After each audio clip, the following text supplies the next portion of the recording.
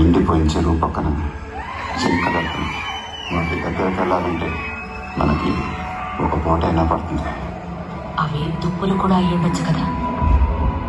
అవి బరువుగా అడుగులు వేస్తూ నెమ్మదిగా నడుస్తున్నాయి. ఇంకేం తెలుస్తుంది?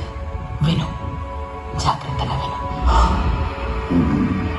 వాటి కొమ్ములను తాకే గాలి పక్కకెళ్లకుండా పైకెళ్తుంది.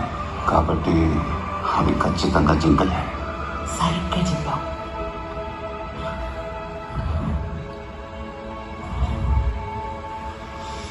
ఏంటి ముఫాసా, ఏం జరిగింది?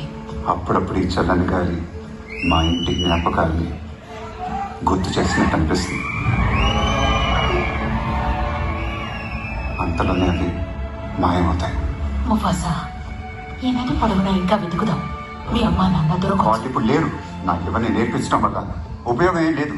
నీకున్న ఈ పసిగట్టే లక్షణం మిగతా ఏ మగసింహానికి రాలేదు. ఓ బాసి నన్ను కుటుంబంలో కలుపుకోడు. నన్ను ఎప్పుడు పరాయి వాళ్ళనే చూస్తాడు. నా రక్తం వేరని. కానీ నువ్వు నా కొడుకువి. ఓ బాసీ